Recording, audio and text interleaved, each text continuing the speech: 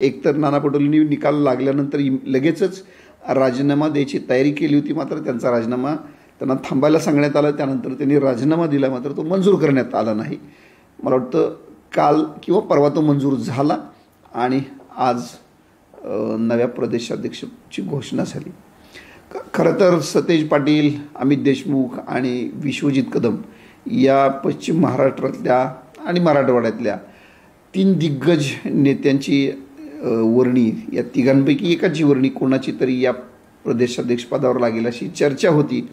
मात्र काँग्रेसचं प्रदेशाध्यक्षपद घ्यायला कुणीच तयार नव्हतं अशी गेले 2 महिने राज्यातली परिस्थिती होती. काँग्रेसचं प्रदेशाध्यक्षपद घेणं म्हणजे खूप मोठी जबाबदारी, स्वतःचा मतदारसंघ सोडून संपूर्ण राज्यात फिरणं आणि पक्षासाठी जास्तीत जास्त वेळ देणं, हे काम खरं तर कोणताही प्रदेशाध्यक्ष असेल तर ते करावं लागतं. आणि मला वाटतं या 3ही नेत्यांनी आपापल्या मतदारसंघात काम करायची भूमिका घेत प्रदेशाध्यक्षपद नाकारलं असं म्हटलं जातं.